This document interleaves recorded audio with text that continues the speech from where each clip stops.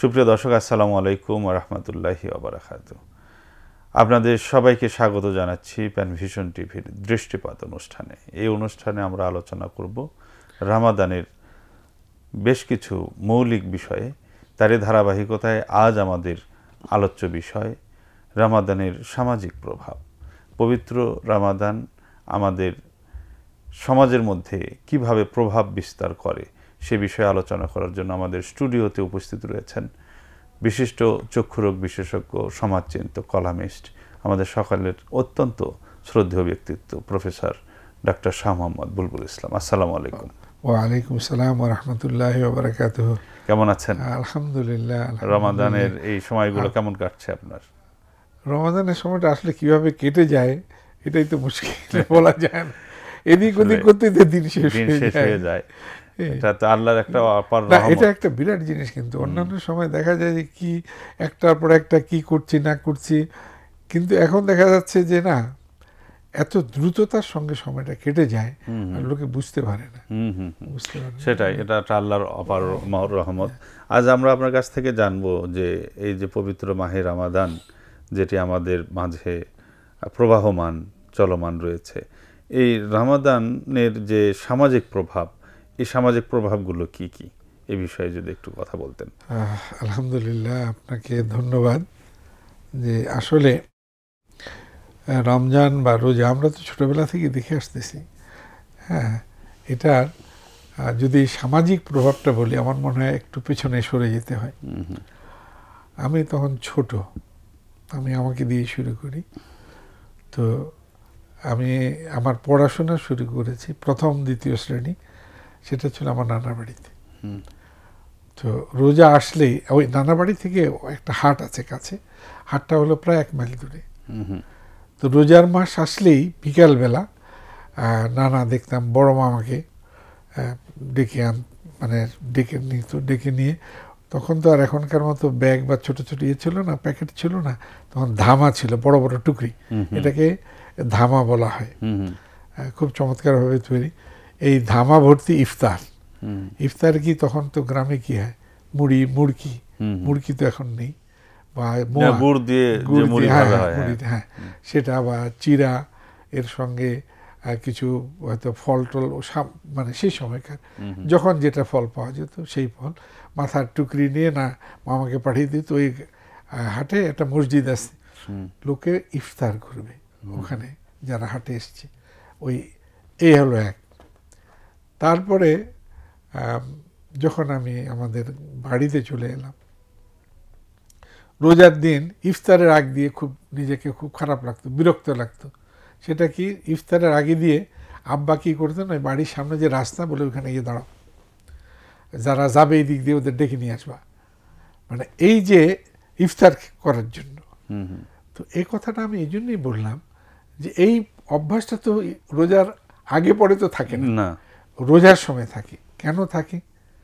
যে রোজার সময় এই যে সহানুভূতি, হ্যাঁ, এবং সহমর্মিতা, একজন লোক, আমি রোজা আছি, আমি ইফতার করব, আরেকজন রোজাদার ভাই রাস্তা দিয়ে হেঁটে যাচ্ছে, কোথায় বাড়ি, কোথায় ইফতার করবে তার ঠিক নেই, তাকে নিয়ে একটু একসঙ্গে খাই। এটার দুটো দিক আছে। একটা হলো ওই লোকটার সঙ্গে আমার পরিচিতি হলাম, এবং তার সঙ্গে আমার একটা আত্মিক সম্পর্ক তৈরি হলো। এই যে আত্মিক সম্পর্ক তৈরি করা সমাজের মধ্যে, এটা কিন্তু রোজার একটা বড়, আমি বলি অবদান বলেন, শিক্ষা বলেন, যাই বলেন, যে সেটা হলো সামাজিকতা। এটা হলো সামাজিকতার একটা নমুনা।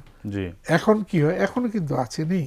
ঢাকা শহরে দেখেন অনেক বড় বড় ব্যবসায়ী কিন্তু সারা মাস রোজাদারকে ইফতার করাচ্ছে, সাহারি করায়, আছে, আমি ঢাকা শহরেই দেখছি। তো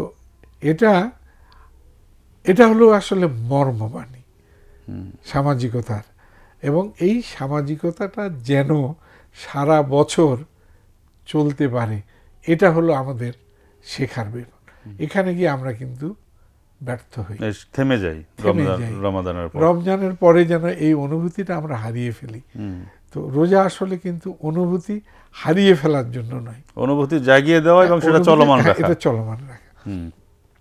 তো এটা হলো একটা। আরেকটা জিনিস বলি আমি, কতগুলো ঘটনা। আমি তো সৌদি আরবে ছিলাম মানে কার্য উপলক্ষে বহু বছর, রোজার মাস আসলে দেখতাম এটা একটা উৎসবের মাস।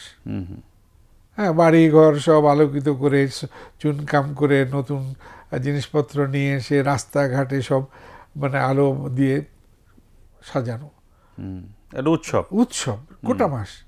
আচ্ছা, মজার ব্যাপারটা ওইখানে না, মজার ব্যাপারটা হলো রাস্তায় হয়তো দুজন লোক যাচ্ছে, ঝগড়া লেগেছে, তৃতীয় একজন হয়তো দেখছে বাইরে থেকে দুটো লোক ঝগড়া করছে, দৌড়ে আসবে, এসে বললে একেবারে ওটা ওটা ইয়ে আছে সাল্লাল্লাহু আলাইহি নবী ইয়াখু আজ রমাদান, রমাদান করিম। এর বাংলাটা হচ্ছে যে রসুলের দোহাই, এটা রোজা, রোজার মর্যাদাটা রক্ষা করে ঝগড়া করো না। এই যে ঝগড়াটা থামিয়ে দিয়ে তাদেরকে স্মরণ করিয়ে দিল যে এটা রোজার শিক্ষা, ঝগড়া করবো না। ও তো না করলেও পারতো, কিন্তু সে করলো, এটা তার সামাজিক একটা দায়, দায়িত্ব সে পালন করলো। তো এই যে দায়িত্ব পালন করা, সামাজিকতা, এখন রোজার সময় আপনি দেখবেন আমাদের দেশে প্রচুর ইফতার মাহফিল হয়, শহরে গ্রামে গঞ্জে বাড়িতে। ইফতার মাহফিলে কি হয়, গরিব যারা দরিদ্র আছে পাড়া প্রতিবেশী তাদেরকে ডাকা হয় এবং আশেপাশের আত্মীয় স্বজনকে ডাকা হয়। তো এর ফলে হয় কি, একটা সামাজিক মেলামেশা, সামাজিকতার একটা সুযোগ তৈরি হয়। অন্য সময় একটা গরিব, আমার একটা পাশে একটা গরিব লোক আছে, কতটুকু খেলো না খেলো এর খোঁজ খবর আমরা খুব কমই রাখি, এটা বাস্তবতা। কিন্তু রোজার সময় দেখবেন অনেক বাড়ি আছে গ্রামে যারা ওই আশেপাশে ইফতার পাঠিয়ে দেয়, যে ও তো গরিব, সারাদিন রোজা ছিল, ওর বাড়িতে ইফতার পাঠিয়ে দাও। এই যে সামাজিক জীবন, সামাজিকতা, আমরা যে সমাজবদ্ধ জীব, সমাজের অন্য সদস্যদের প্রতি আমাদের যে দায়বোধ আছে, দায়িত্ব আছে, এইটাই কিন্তু এই সামাজিক অবস্থাটার পরিবর্তনটা রোজার সময় এটা আমরা খুব বেশি দেখতে পাই, অন্য সময় এটা দেখা যায় না। আবার দেখবেন অনেকেই আছেন, অনেক ব্যক্তি আছেন যারা রোজার সময়, দোকানদারও আছে, আমিও চিনি, দাম বাড়ায় না। এটা ফ্লোটা হলো রোজার সময় দামটা বাড়ানো, আমাদের এটা হলো বৈশিষ্ট্য, কিন্তু এটা হওয়া ঠিক নয়। আবার আরেকটা খারাপ জিনিস রমজানে আমরা করি, সেটা হলো জাকাতের কাপড়।